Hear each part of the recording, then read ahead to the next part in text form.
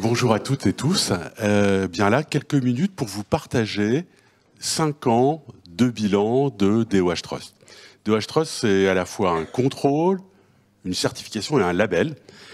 Et aujourd'hui, pour vous parler de ce bilan, en fait, comme le DOH, c'est, on l'a dit tout à l'heure, un jeune média qui a dans la salle des jeunes, des nouveaux, et c'est normal parce que c'est un média formidable qui se développe.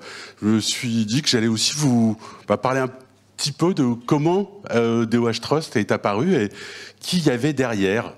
Pourquoi aujourd'hui l'affichage digital est, je peux le dire en tant que directeur général de la CPM, vraiment le média le plus transparent de tous les médias. J'ai découvert l'affichage digital, c'était il y a juste 10 ans au Festival de Cannes.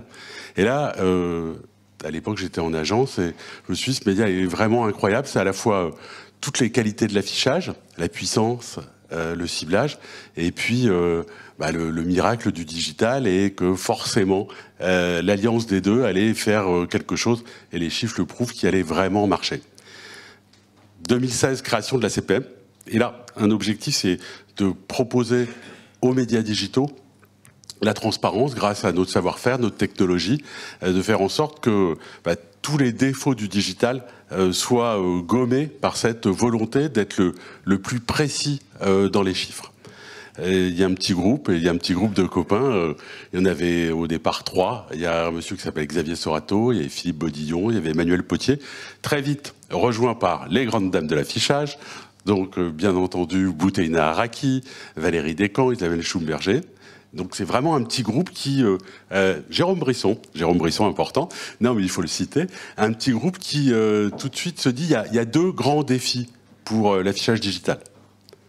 Le premier défi, c'est la transparence, parce que c'est du digital. Et que le digital, ça a des qualités, mais ça a aussi énormément de défauts. Il y a beaucoup de tricheurs. Certains disent qu'il y a des escrocs, il y a des voleurs. Il faut que ce nouveau média, dès le départ, il soit le plus transparent possible vis-à-vis des agences et des annonceurs. Deuxième volonté, nouveaux médias, de nouvelles entreprises. D'ailleurs, on le verra, il y a plein de nouvelles boîtes qui sont créées. Il faut aussi qu'ils se norment, qu'ils s'organisent, qu'il y ait des règles pour faire en sorte que pour les agences et pour les annonceurs, ce soit un média simple, facile à utiliser. Donc voilà, c'est comme ça que c'était 2016-2017, on a tous ensemble réfléchi à créer ce label pour faire en sorte que entre les agences, les annonceurs, les afficheurs, il n'y ait jamais de problème de transparence. Et on va le voir, il n'y en a jamais eu. Alors, le bilan depuis 2018, tout d'abord, on l'a dit, mais c'est vrai, puisque nous le contrôlons, c'est vraiment le média de toutes les mobilités, des actifs, de ceux qui bougent, puisqu'on le retrouve bien entendu dans les centres commerciaux, dans tous les transports, dans les commerces de proximité, dans les entreprises, dans les lieux de santé, dans les espaces publics. En fait, on le retrouve partout. Et pour vous dire, derrière, il y a un peu plus de 30 000 panneaux, de 30 000 écrans. Le média de la transparence, et là, ils sont marqués, mais je vais quand même vous les citer, parce que être transparent, ça a un coût, pas forcément un coût financier, mais c'est le coût que tous vos chiffres deviennent publics, transparents. Donc, y participent pratiquement 95% des sociétés d'affichage françaises. Donc, Bimedia Ad Agency, Clear Channel, Do You Like, ECN, Giraudy, JC Deco, InStore Media, iMedia Center, IDS Media, Media Transport, Phoenix Digital Street et Phoenix Digital Malls.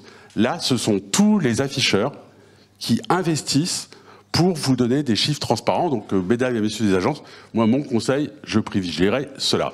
Et puis, avec les groupes d'agences médias, donc Dentsu, Groupe M, Havas, IPG Media Brands, Omnicom Media Group, Publicis et Screenbase. Donc tout un marché qui s'est décidé de développer avec la CPM, avec les équipes de la CPM, de la techno, pour faire en sorte que les chiffres des campagnes soient les plus transparents possibles. Alors au final, qu'est-ce que ça donne?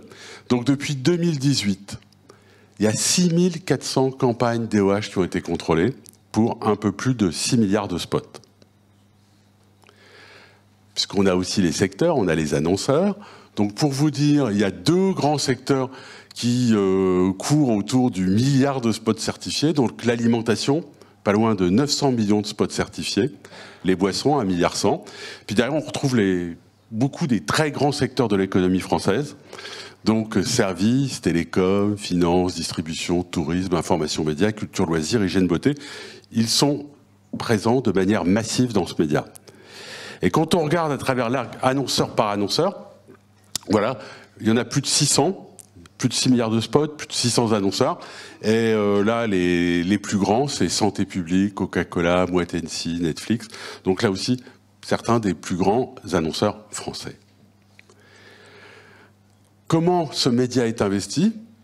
2 temps forts dans l'année.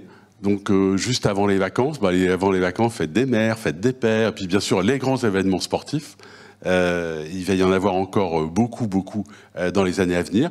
Et puis, puisqu'on pige spot à spot, novembre, décembre, donc là, actuellement, c'est le Black Friday, c'est les fêtes de fin d'année, c'est toutes ces campagnes pour donner envie de faire des cadeaux qui sont présentes en affichage digital. Médias de masse, donc là, vous avez en volume, là on parle de volume, de nombre de bouteilles vendues, certains des plus grandes marques françaises, donc celles qui s'adressent à tout le monde, elles utilisent le DOH pour la puissance, donc Evian, Coca-Cola, Ricard, donc les grandes marques en volume sont présentes en DOH, mais aussi un média pour informer, donc un média pour s'adresser au public, pour partager, pour alerter, pour faire agir, pour faire bouger. Donc c'est la campagne Moi sans tabac de Santé publique France, qui était dans les centres commerciaux, dans les transports en commun, dans les gares, dans les aéroports. Donc un média utilisé pour sa puissance, mais aussi pour sa capacité à faire bouger.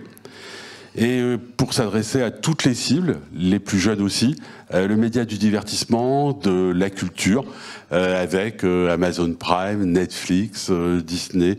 En fait, quand ils communiquent vers leur public, ils utilisent le DOH.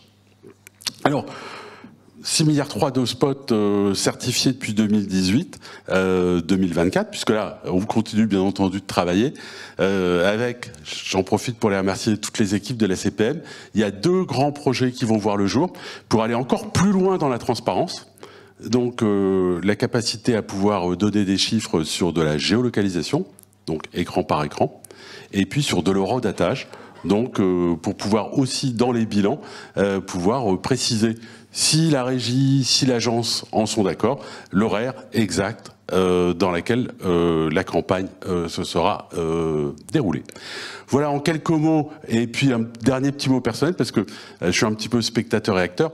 Je peux vous dire que vous pouvez être super fiers de vous, parce qu'il n'y a vraiment pas beaucoup de médias qui en aussi peu de temps arrivent tous à se regrouper collectivement, parce qu'on l'a vu, il y a les plus grands afficheurs, mais il y a aussi des petits afficheurs.